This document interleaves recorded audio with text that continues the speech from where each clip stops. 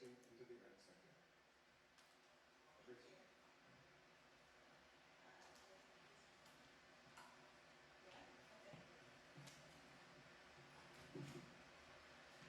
Thank you so much. I think that it would be great if we all started off, maybe starting at the end, with a little introduction just on yourself, your practice, and maybe some tools that you found have been helpful to you in the art sector. Yeah, this is okay. Hi.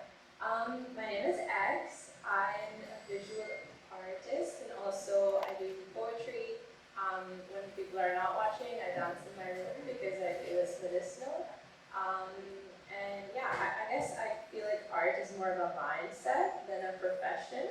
Like artist is more a mindset than a profession. So yeah, it's hard to give a real, like, concise bio, but those are some of the things.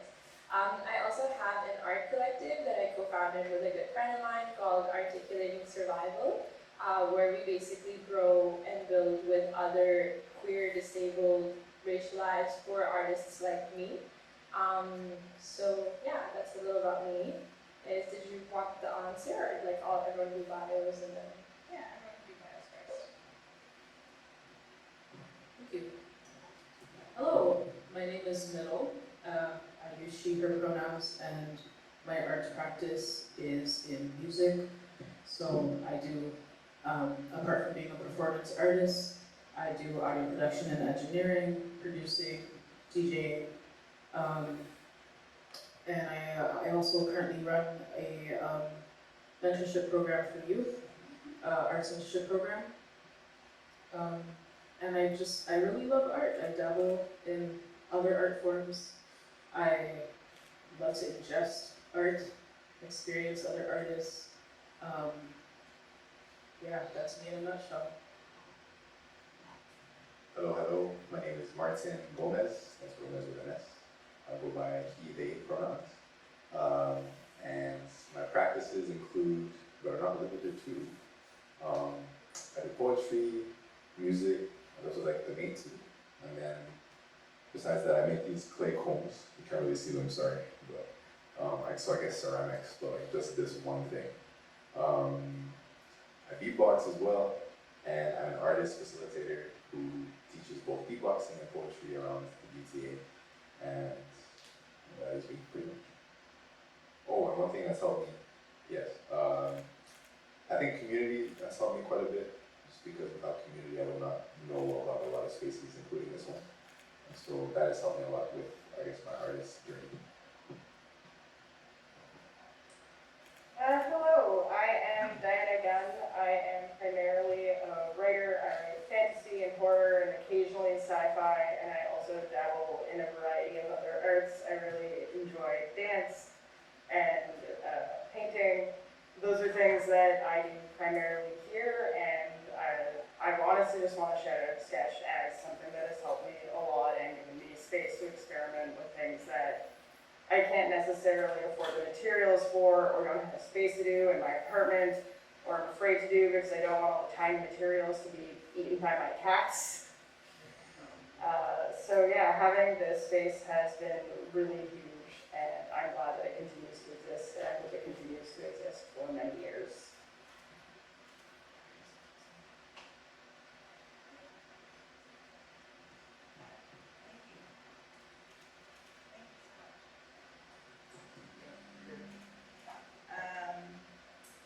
My name is Janet Hinkle, she, her pronouns. I'm an arts programmer in the GTA, as well as a visual artist. I do lots of multidisciplinary work, a lot of sculpture, mixing materials, things like that. And I will be your moderator for this evening. I would also like to echo how amazing Sketch has been to my arts practice, and really just building confidence as an artist. It's really hard, especially in the middle of cities, to find spaces to create and to create in an affordable way. And Sketch has really fostered that across the board for many years for my own practice.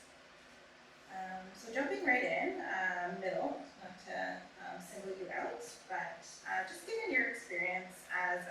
artist and producer of Caribbean Legacy in Canada, how do you feel society can or should actively support local artists in the pursuit of validating their artistic journeys and experiences? Hello everyone again. Also just like thank you for being here. It's really nice to have a bit of an audience. And to dive into that humongous question, I think there's maybe misinterpretation or misunderstanding that lies in, the work that it takes to be an artist and what we all do despite the artistic practice. And I think as a result, it could lead to us kind of feeling maybe disrespected or undercompensated or not taken seriously. And, there's, despite what level you are on as an artist, whether you're a beginner, intermediate, expert, whatever, there's so much that we contribute to society. I think artists are one of the biggest groups that are responsible for the documentation of our times, of our cultures, of our traditions, of our identities, of everything. And so that's why I don't think there's a need to only glorify or only award people that have reached a certain caliber. So to kind of answer the question, it comes down to how do we support artists regardless of where they are in their journey.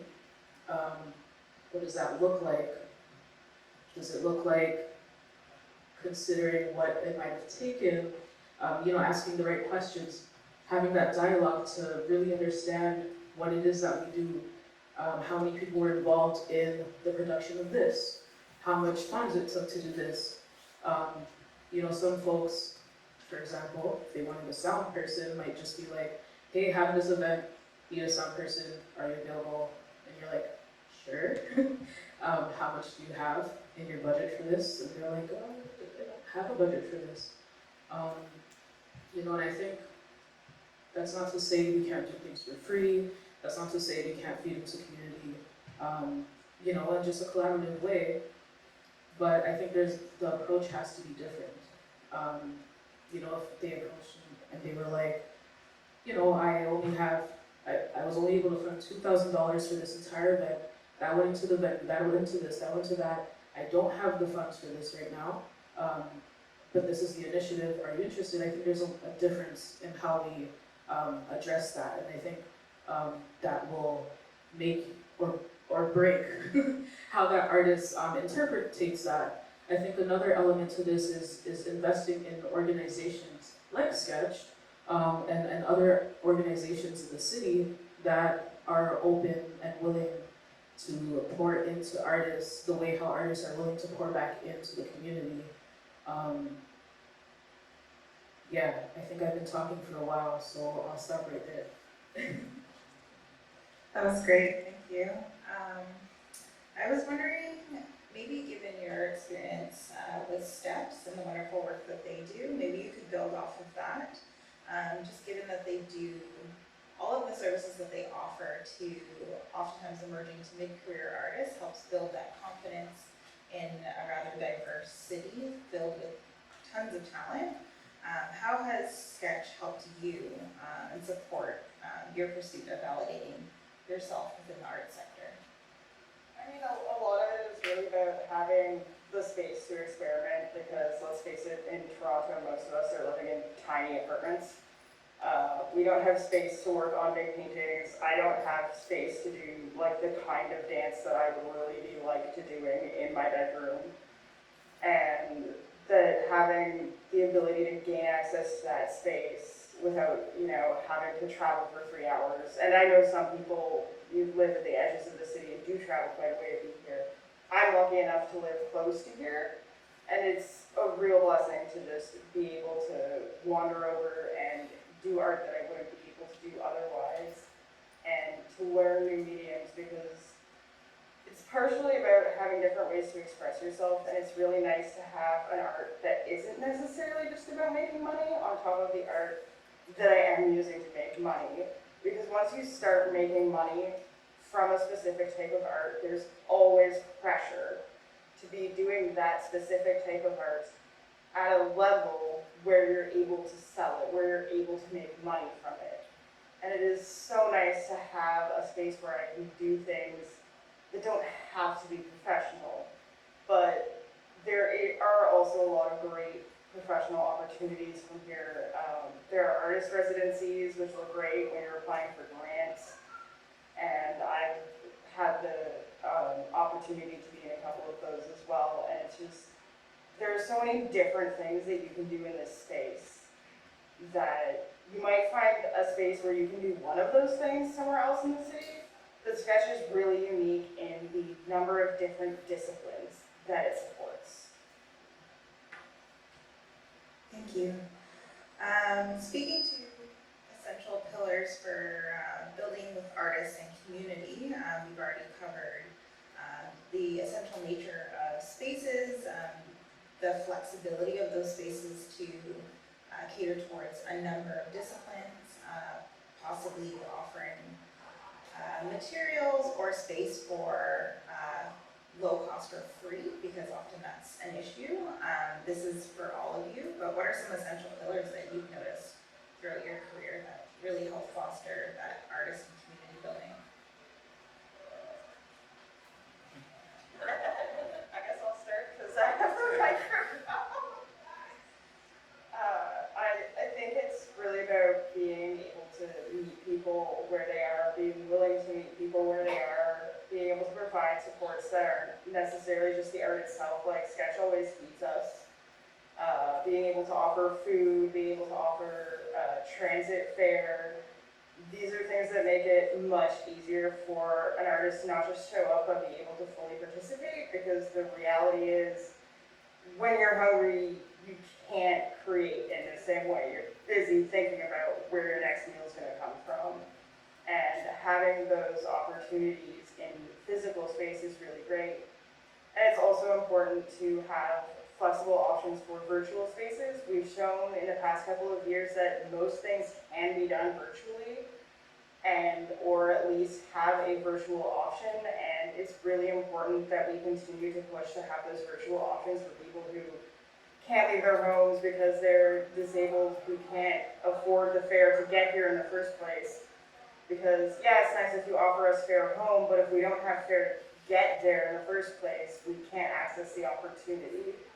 And being able to provide supports for people to access these opportunities from different spaces is really, really huge. And for a lot of disabled folks, actually in 2020, they were able to participate in life in a way that they weren't before, because suddenly they could take their courses online, suddenly they could work from home, and it actually allowed them to participate in life more. And now, in many places, those options are being taken away, and it really sucks. And we need to push for that to not happen. We need to push to keep those options available.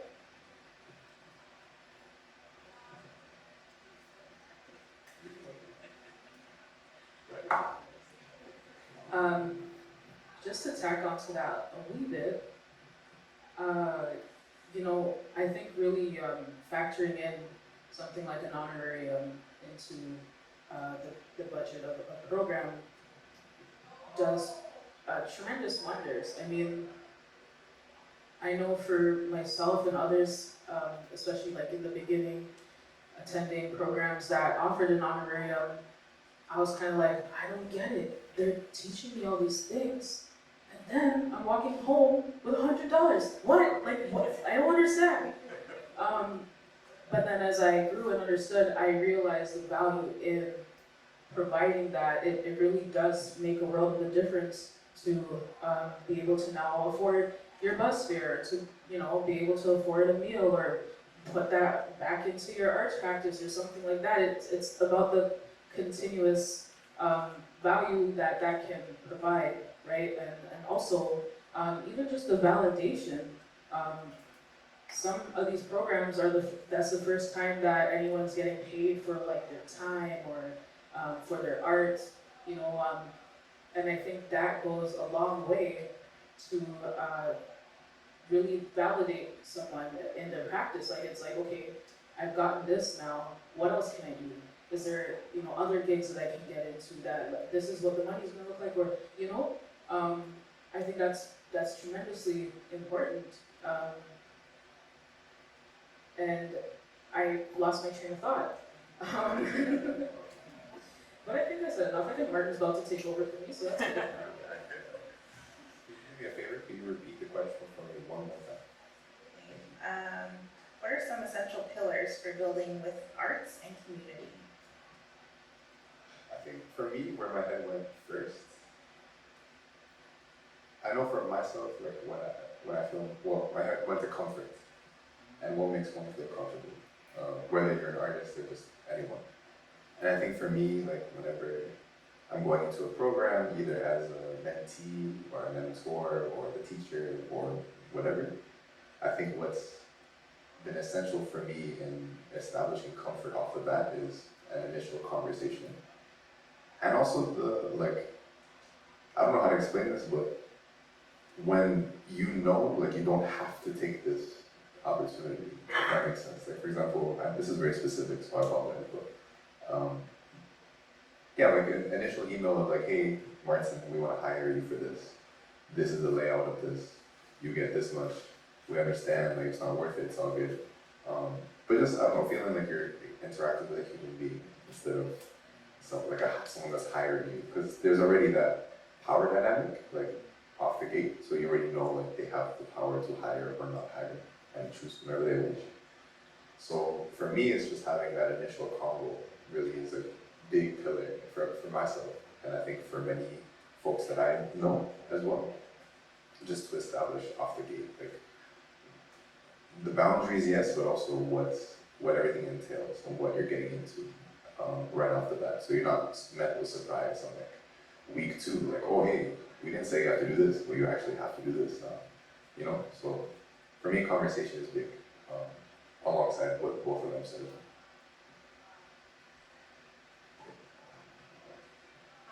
Yeah, I actually, in relation to that, I would say like interpersonal skills are extremely important to work on. I think people think that it's like, oh, this is what I want to do. First of all, for a lot of art stuff, you will have to work with somebody. In some capacity, you will have to work with somebody to build that, whatever you want to build. So in that space, then it's, I think a lot of folks, like we think that we'll go in, we have this idea, and then we'll learn how to, like, you know, we'll make it work with the person. But the truth is, building anything in any relationship is a lot of work.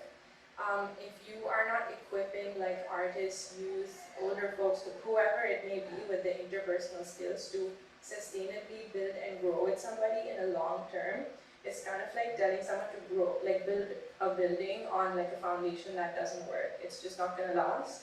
And I think when it collapses, then we tend to sort of feed into our already sort of sense of failure, especially as disabled artists, as folks who are marginalized in a variety of ways. We just feed into that idea that we are a failure, we are worthless, and so on and so forth, which is not healthy. That causes us to become like more isolated, and it's just like a self-fulfilling loop.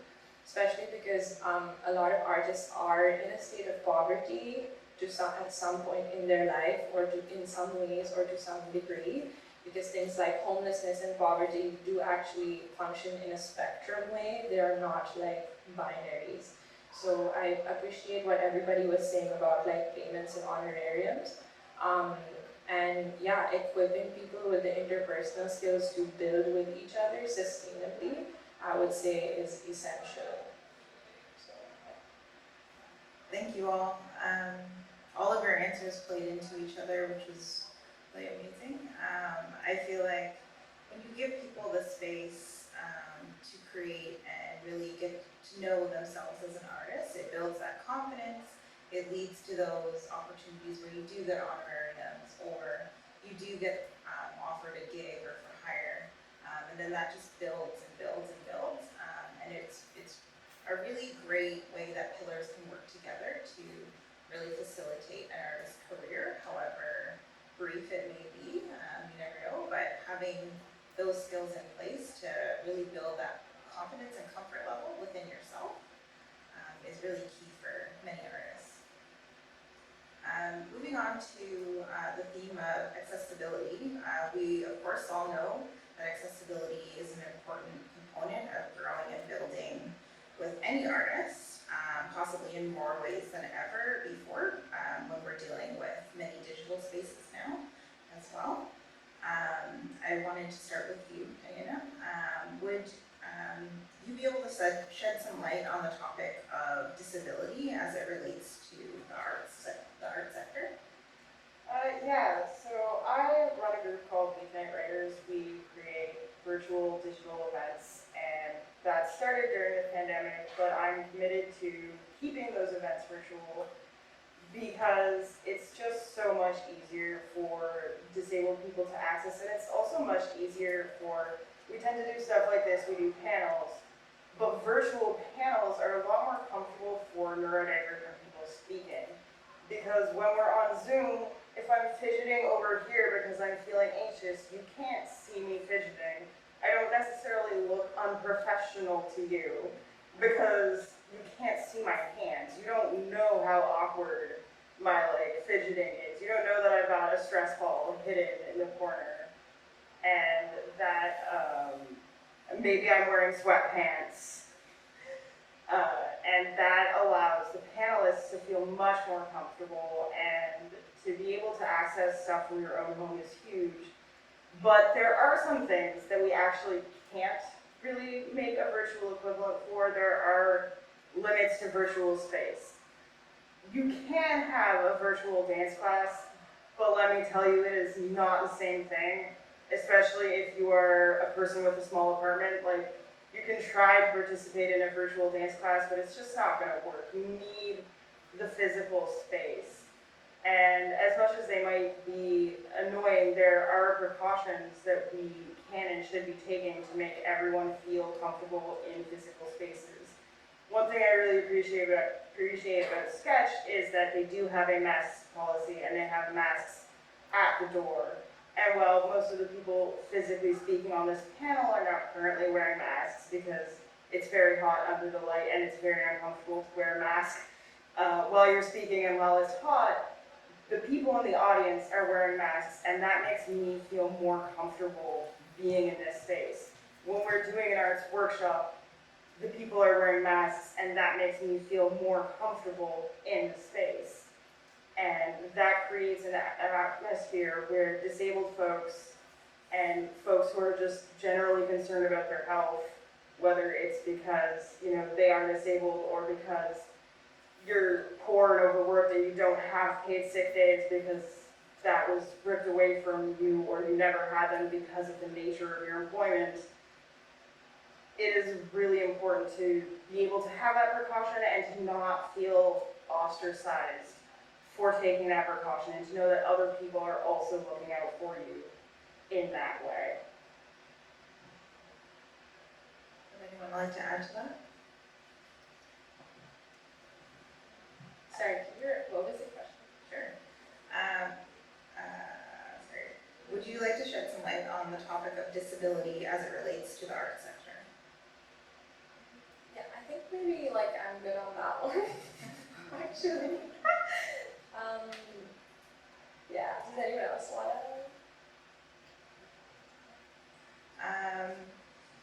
I really like that you touched on both physical and digital spaces, because obviously there are differences between the two for everybody. But of course, when you're talking about anxiety or just simple comfort in your space, I know oftentimes when I'm on a Zoom call in my own space, it is my comfort zone. I'm way less awkward. But I can totally understand how virtual spaces would be different in contrast to something like this setup, and how different precautions can be taken or different systems can be put in place to make it easy for everybody to feel comfortable in a physical space for digital learning. on, just talk about work relationships and different identities represented within the arts. I'm going to throw this over to you, X.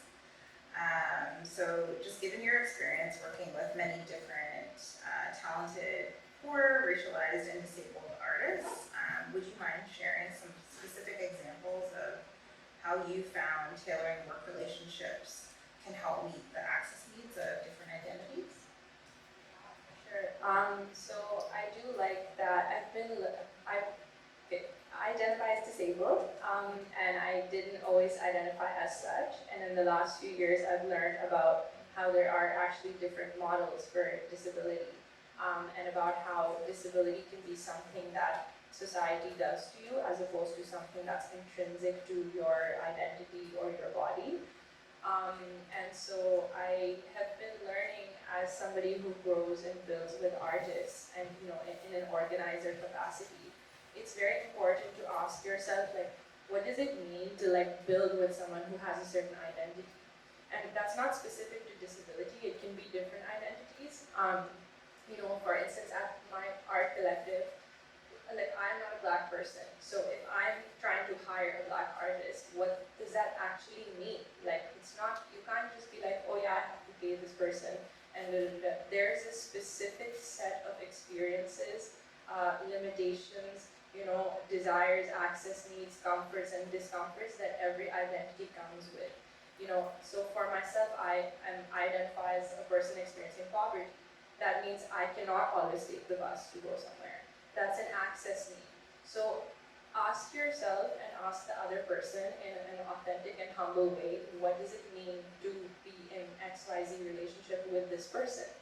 So at our collective, one person that we worked with identifies as a disabled person and experiences mental illness. And as somebody who has also experienced that, one thing we do to work with this person is that they just they don't work in the morning hours. They're like, fuck no, I can't wake up. It's not gonna happen. The work will not get done. But does the work actually need to get done at 9 a.m.? Of course not. 9 to 5 is a completely arbitrary timeline. So why not let that person do the work in their hours? You can set your own hours. Not every task has to be done collectively. Conversely, another disabled person may say, hey, listen, I actually need you to body double with me. I won't be able to work otherwise. So find that out. As Dianna spoke to the thing of virtual accessibility. Can you actually sit and work with this person in these times where your work overlaps? If you're working with somebody who is on welfare, when you pay them, if they get audited and that's in their bank account, their benefits can get deducted. So they may request you to pay them in cash or through a check or something like that. Of course, that is a little more work for you as an organizer, but that's work you should be doing because you are consuming that person's art. You are profiting in a sense, it should be mutually, I like to use the term reciprocal nourishment. It should be a reciprocally nourishing relationship. So do that extra work or don't hire that person then, So that's another example I would say for sure, working with people on welfare, find out how you can pay them in a way that's safe for them not to lose their benefits, because if you pay them that way and they don't report that income, you will not get in any trouble as an organizer. You are completely safeguarded from a legal standpoint. There's no need for you not to accommodate them in that way. I'm just trying to think of other things. Another thing is, for instance, so I was speaking to race. So we're at my art collective. We have an event coming up next week, and the theme of the event is celebrating Black life. So everyone who does not identify with that community went through a training specifically for how to be in that space without causing harm, right? Because even if you want to help somebody, that doesn't mean you're going to help them, because you don't know their lived experience. Everybody's identities has its own, all kinds of things attached with them. So it can look like a lot of different things, but those are just some examples of how to tailor your workspace and your work dynamics to accommodate different access needs, and recognizing your own positionality is the beginning of that, right? Thank you. You made a lot of really great points, and I would be curious to hear from you, Martin, if you had something to add from an art facilitator standpoint. Based on like what they said. Word.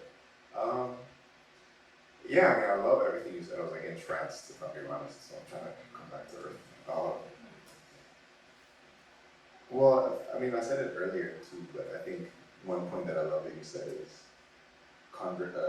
knowing who you're working with, you know, knowing their, not necessarily detail by detail, but knowing their experience and knowing that it will be different. So how do you get to know it? Through that, and through doing trainings and doing stuff like that. And as an artist facilitator, it's interesting, like I love the work that I do, but I find that there's a lot of miscommunication and not a lot of things that are spoken in terms of my role in, let's say, a school or wherever I'm doing my thing. I guess personal anecdote, for example, like I remember I went to a school one time and I didn't know until I got there that the entire school was a special needs school.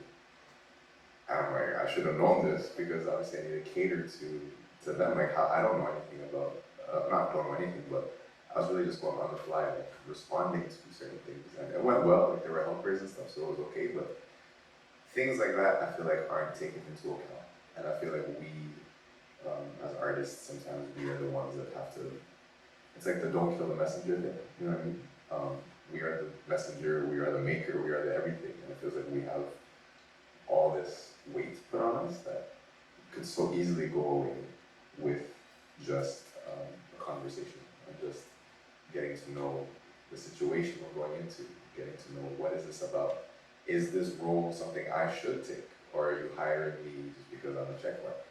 You know, like for example, like I'm not going to do a piece on a community that I don't know because I'm not in that community. Like unless you want me specifically for whatever reason, I'm not going to do that because it's not my story to tell, or it's not my place to be. You know, and so yeah, I think I love that what you were talking about in terms of the communication, in terms of doing the work, because it is. What was that term you said? Something nourishment. Reciprocal nourishment. That's a bar and a half. But I love that term so much. And it is reciprocal nourishment. It's not just like here's your job, go do it. There should be like a circling always, like a spiral going up kind of thing. It's like continuously having conversation to get to the knowledge base between parties, and like it should be ongoing, not just like okay, here's your 6 weeks, see you at the end, you know. For the artist facilitator perspective. Yeah, absolutely. All of these conversations should build off of each other. So we are allowing the time and space to understand each other, accommodate for whatever needs accommodating, and really just to prepare yourself for going into a space that you're unfamiliar with, or to deal with communities that you have never worked with before. Because you always want to go into a new space with meaning and care.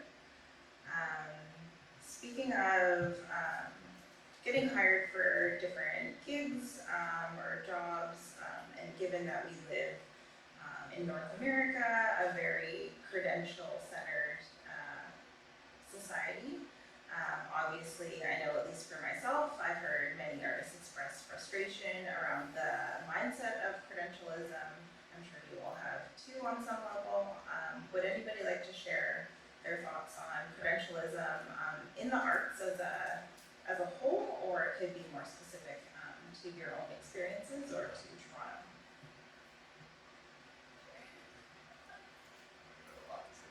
I've just got feelings about this.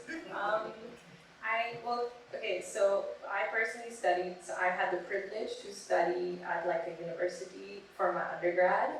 I have since lost most of my privileges. It's completely arbitrary, it's completely made up. I know people who have studied at OCAD, and it was like 3 years later was like went to universities of different names and said that they really didn't learn anything. Like they were just like, I wasted all my money. I don't know why I did this. I'm not saying that's everybody's experience, but Yeah, just getting back on track real quick, neurodivergent, recollecting thoughts. Yeah, so basically, like, I would say it is really arbitrary, and I think it's the capitalist structure kind of brainwashes us into thinking that we cannot make our own decision for the fact that somebody is or isn't aligned with the project that we are hiring them for. There are people who don't have a lot of money and have therefore not gotten like a formal education, but they've been in the city.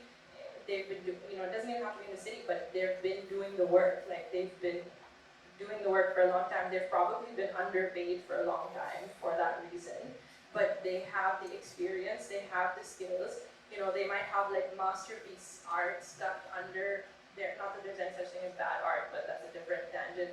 But like just, in their room, and it will never get the recognition and the honor and honoring that it deserves just because they don't have XYZ credentials next to their name. And so I think it's very, very, very, very important to challenge credentialism, especially in such a subjective and arbitrary space such as art. How do you even evaluate like what is good or bad art? Like who made that up? Somebody just made up some metrics and then convinced you that you should like buy into their system, right? And unfortunately, a lot of this does come from like white supremacy, and like some rich white man was like, oh, this thing in this gallery is like worth $1 million, and so now everything has to be compared to this and evaluated in relative to this. But like, I'm not even interested in that art personally. Like when I'm trying to get a painting, I'm not looking at whether this person studied in Spain. I'm like, yeah, you grew up in Pakistan, like tell me about that. Like I'm from Pakistan, so that's why I'm interested in that. But like, ask people or like learn to engage with art as the sentient being that it is, that will allow you to engage with the creator in a way that actually sees whether you align with them as opposed to using a checklist, because you may just be like propagating violence by accident. And I'm also curious about Martin's thoughts on this. I love your point about the arbitrariness of it and like how do you measure and like did you go to this place? Okay, that means you must be good. It's like, nah, I went to art school. A lot of homies are not artists no more,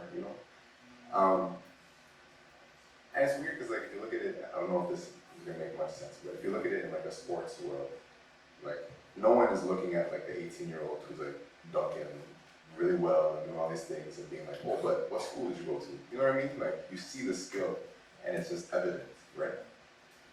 But it's also, it feels so like contradictory in their actions sometimes, because I find that like you could have all these whatever credentials, like all these things, but people will still be like, oh no, but you're not like a blue check mark, right? You're not a this, like you don't have this one specific thing, this one specific nook, And I feel like to tag onto it too, I find that even with a bunch of credentials, there's like no, like the payment doesn't even back it up sometimes. It's just like, oh, you met all these things that, like you're saying, are dangerous, a lot of the time, but we're still not gonna pay you that much. And it's just like, how, like all these years of doing an art form, all these years of buffing up the CV, for lack of a better term, and oftentimes too, like a lot of the work that artists do don't get recognized. Like for example, let's just say, because I'm a musician, right? So I'll say like, if I'm writing a score for something, they'll be like, oh, the film is like 10 minutes, so we're gonna pay you for a 10-minute film thing. And I'm like, okay, well no, because yes, the score is 10 minutes. You don't know how long it took me to make. You don't know how long it took me to get to a place where I know the instruments to go into this piece. The research I have to do based on whatever your film theme is. So now I'm a researcher. How much would you pay a researcher? Because I'm doing that role, I'm doing another role. And if I'm curating a bunch of things, like let's say you want live instrumentation, now you're not just paying me, but you're paying me to find a bunch of people and to also pay those people. And if it's only going to be, I don't know, $1,000, that's not good, because I feel like in their minds, or in a lot of folks' minds, they see it as a one role thing. But it's vast. Like when you ask an artist to do anything, I think you're really digging deep into a a lot of their own history, like in that art practice, a lot of their own history as to their life and their, and as you were saying, like, their living situation. Do they own a studio? Do they not? Do they have to travel to go to a studio? Is there studio time? Is there this? Is there that? And that's with every single art practice. I'm sure also with painting, like you need to buy the canvases and you need to go to an art studio and buy all the paints and stuff. And I just think there's a lot of things that they say they want credentials, but it's like they ignore them once you have them, if that makes sense. You know what I mean? It just feels like, okay, cool, you have the blue check mark. We're not going to talk about how you got there. We're just going to pay you like this lump sum. It's like, lump sum? Come on. I'm getting a lump from Honduras, you know what I mean? From like not having money. Anyway, so that's, I guess, to add on to that. I know I went on a few different tangents, but I'm a little passionate about that. That's great. I think we have a few minutes left. So if you wanted to add to that, it looks like you're eager. Sorry. Real quick, I will not echo anything that y'all said, because y'all already said it, and I completely agree. I went to a private art college, and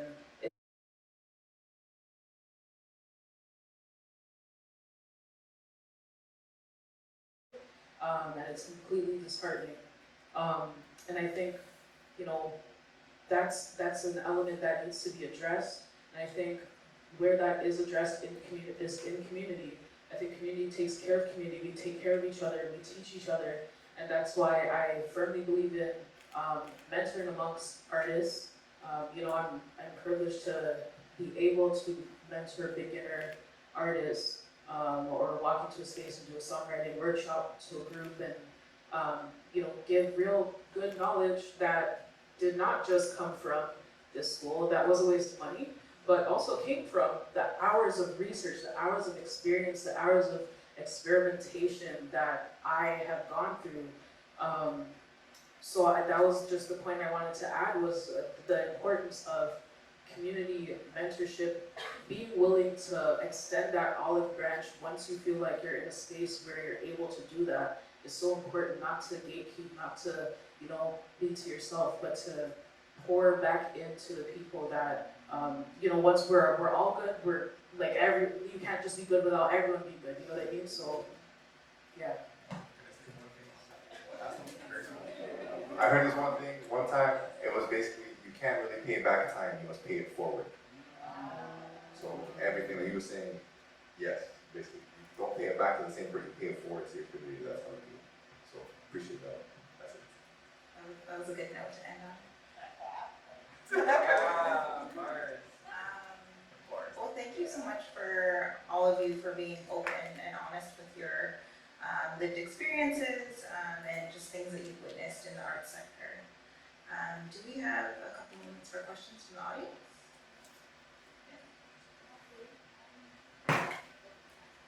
We have a question from the chat regarding accreditation.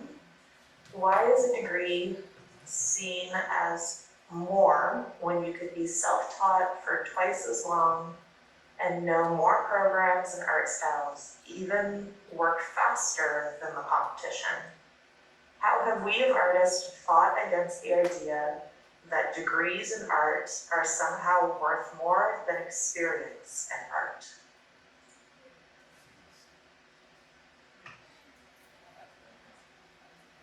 Well, I think frankly the idea comes from people who have a lot of privilege. It's a matter of when you have a certain amount of privilege, you can't even see what it's like to not have that privilege. These people, the people who are making these decisions, a lot of times, the people who have the money and the power, they simply have no idea, cannot comprehend that it is impossible for many of us to get these degrees, or that in order to get these degrees, we would need to do 2 jobs to pay the bills and the tuition, and then by the end of the 3 years that you're spending on the degree, you'll be so burnt out that you can't make art for 10 years.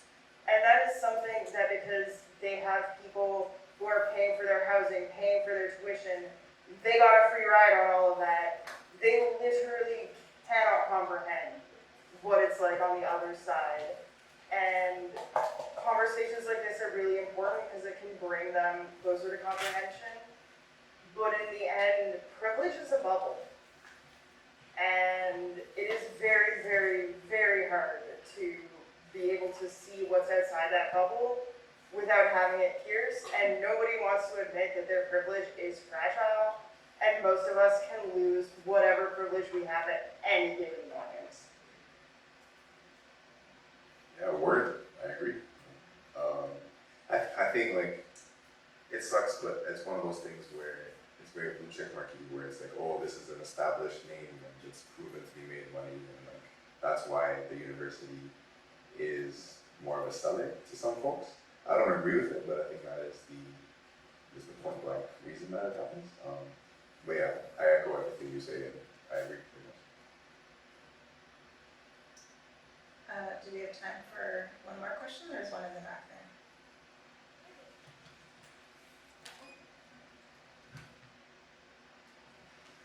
Hi, I do have a question. This is regarding a question for new artists, emerging artists, and artists who are new to the city. So for yourselves who've been working in the industry for some time, what are red flags that you look for, especially for these new artists that are coming in? What should they look for when regarding finding programs that would fit them, that are safe, especially since a lot of programs are geared towards sometimes tokenizing these folks, especially the QT BIPOC community. So what are red flags that you look for that you would like to share with these artists that are looking for safe opportunities in the city? One that one of my homies, Desiree McKenzie, shout outs to you, told me is, if they, like for example, if this organization has like an Instagram account, if you see that no one you know that is in this art form or in this whatever sphere follows them, it's one of two things. It's one, like they're just really up and coming and therefore that's why. Or two, like it's probably not really worth spending too much time on. But that being said, obviously do your research and like make sure you like ask around and stuff like that. Another red flag is when there's not a lot of info when it comes to the sign up, or not a lot of info when it comes to just anything about the program. Like a lot of my favorite programs that I've done have been like super detailed into what they're doing, what they're about, who they want to invite, who the mentors are that are part of it as well. Like you don't meet them and you're like, who are you? Like you know right off the bat, like there's the bio, there's all these things. Like they're really transparent with what they're doing and who they're doing it with, and who they're doing it for. Like that's usually what I look for. And of course, like if there's like an honorarium, it's cool, but like in terms of red flag, that's not necessarily a red flag to me, but as long as they're open, that's like the green flag. So if they're not, then to me it's like a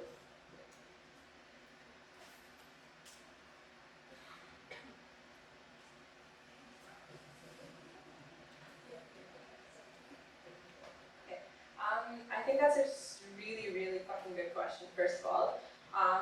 But yeah, I would say like, see if it's like a very homogenous space. Well, first of all, I'm gonna say also the transparency thing. Ask questions about money. That's a really good way to weed out if something like, exploitative is happening. Be like, oh, who funds this program? So how will you pay me? Like, will you pay me before or after? Ask a lot of questions about payment process, as well as like, where is the money coming? What should you look at? And then also, as I was saying, like homogeneity. So if you go on their page and all their photos are a bunch of white people, like that's a red flag.